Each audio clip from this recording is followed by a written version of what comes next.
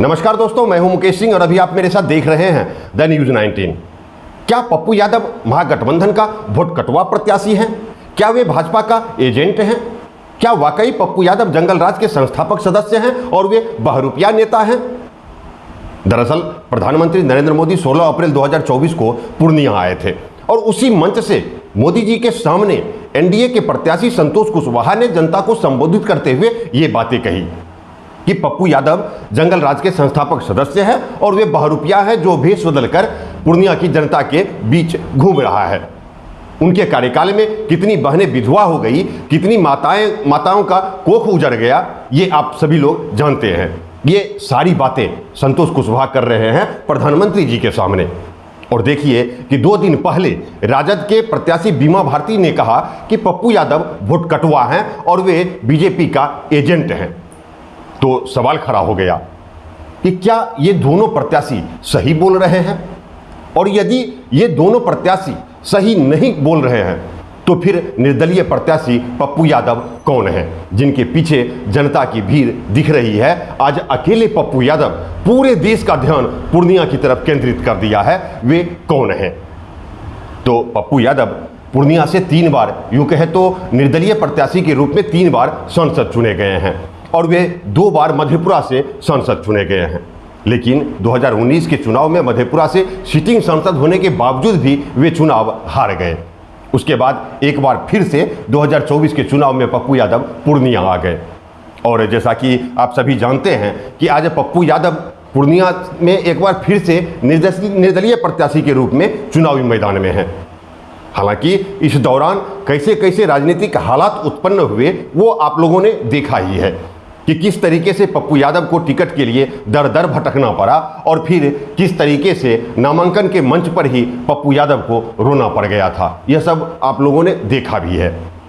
उसके बावजूद भी आज पप्पू यादव के पीछे जो भीड़ चल रही है वो कहीं ना कहीं पप्पू यादव के जो सामाजिक कार्य हैं उसकी ही दीवानगी दिखाई दे रही है पूर्णिया की सड़कों पर उनके साथ। आज अकेले पप्पू यादव ने पूरे देश का ध्यान पूर्णिया पर केंद्रित कर दिया है। आज बड़े बड़े नेता प्रचार प्रसार के लिए पूर्णिया आ रहे हैं। बिहार के अलग अलग हिस्से से जहां संतोष कुशवाहा को हैट्रिक मारने से रोकने के लिए पप्पू यादव के समर्थक पूर्णिया आ रहे हैं, तो वहीं एनडीए और महागठबंधन के नेता पप्पू यादव को रोकने पूर्णिया आ रहे हैं। इसलिए आज ये तीनों प्रत्याशी भी आमने सामने हैं। ये तीनों प्रत्याशी आपस में ही एक दूसरे को उनके पिछले कर्मों को याद दिला रहे हैं, जबकि यहाँ इन तीनों प्रत्याशी को अपने अपने कार्यकाल के कामों को गिनाना चाहिए, न कि दूसरे के कर्मों को गिनाना चाहिए। आज संतोष कुशवाहा जहां प्रधानमंत्री के सामने पप्पू यादव को जंगल राज का संस्थापक सदस्य बता रहे हैं, तो वहीं राजद प्रत्याशी बीमा भारती प्रेस के सामने आकर कहती है कि पप्पू यादव आदिवासी और गरीबों के मसीहा अजीत सरकार का हत्यारोपी है और ये महागठबंधन का वोट कटवा प्रत्याशी है और भाजपा का एजेंट भी है पप्पू यादव। ये वही बीमा भारती कहती है जिन पर खुद हत्या का आरोप लगा है। आज भी उनके विरुद्ध 3 मामले न्यायालय में चल रहा है। उनके पति अवधेश मंडल, जिन पर रुपौली, मोहनपुर, चौसा, भवानीपुर थाने में 54 से ज़्यादा मुकदमे दर्ज हों, वो बीमा भारती पप्पू यादव को अजीत सरकार का हत्यारोपी ठहरा रही है, जबकि अवधेश मंडल पर दर्जनों हत्या के मामले दर्ज हैं। उनके पति पर डकैती, लूट, अपहरण और फिरौती की धारा के तहत मुकदमा दर्ज हुआ है। वे बीमा भारती आज पप्पू यादव पर माहौल खराब करने का आरोप लगाती है। लेकिन इन सब के बीच जब पप्पू यादव ये कहते हैं कि हमें आरएसएस प्रमुख का फोन आता है, मेरी बातचीत आरएसएस प्रमुख से भी होती है, तो फिर सवाल खड़ा हो जाता है कि दोनों प्रत्याशी पप्पू यादव पर जो आरोप लगा रहे हैं तो क्या वे सही आरोप तो नहीं लगा रहे हैं? पहले आप इन तीनों प्रत्याशी का स्टेटमेंट बारी बारी से सुनिए कि यह सभी कैसे एक दूसरे पर आरोप लगा रहे हैं। इसलिए आप सबसे पहले बीमा भारती का स्टेटमेंट सुनिए, फिर संतोष कुशवाहा का भी स्टेटमेंट सुन लीजिएगा। वोट नहीं देना है हमको, अब ये से धमकी चमकी मिल रहा है, तो फिर जीतने के बाद क्या करेंगे? पूर्णिया में जो हमारे व्यवसायी है पूर्णिया के, अब ये से जो है कि दहशत में है, वो जीतेगा तो क्या करेगा? इसलिए इस पर जो है कार्रवाई भी होना चाहिए। पूर्णिया की जनता को आश्वस्त करा रहे हैं कि कोई निर्दलीय लड़ाई, सीधी लड़ाई है। एजेंट बन के काम करने के लिए पूर्णिया में खड़े हुए हैं। उसको इतना ही शुभचिंतक थे, जा करके वहाँ पर खड़ा होते ना, मधेपुरा जाते, मधेपुरा से चुनाव लड़ते। इसलिए उसको तो यहाँ महागठबंधन के जो है कैंडिडेट है, उसको हराने के लिए वह बीजेपी के एजेंट बन करके जगह जगह कह रहे हैं।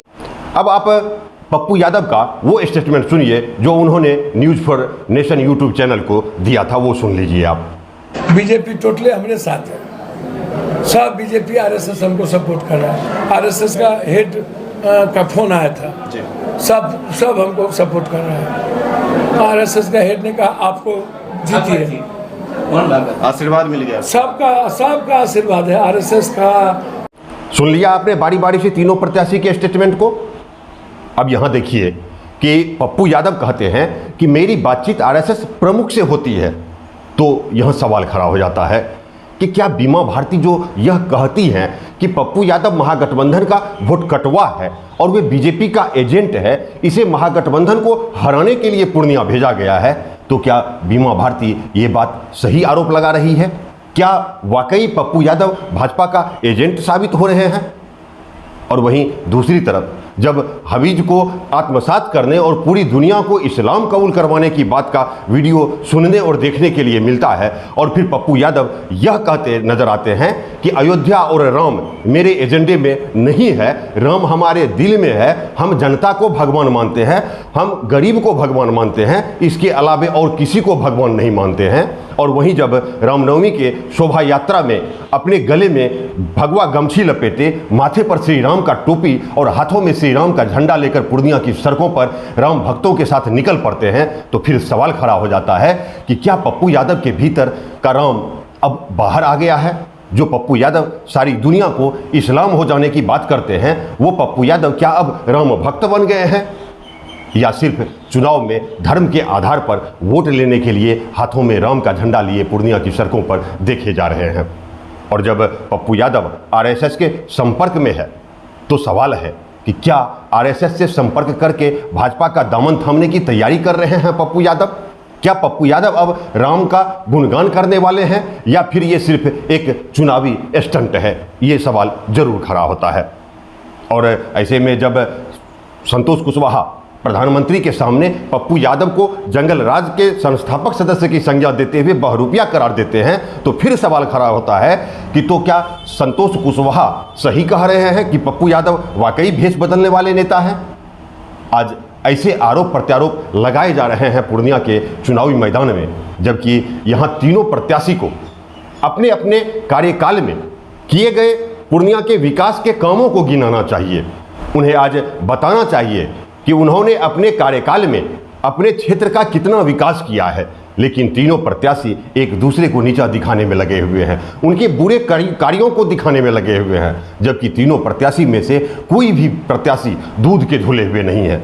यदि पप्पू यादव पर अपराध के आरोप लग रहे हैं, यदि बीमा भारती और उनके पति पर 54 से ज़्यादा आपराधिक मामले के आरोप हैं, तो फिर संतोष कुशवाहा पर भी अफीम और शराब माफिया और ठेकेदार का आरोप लगते रहे हैं।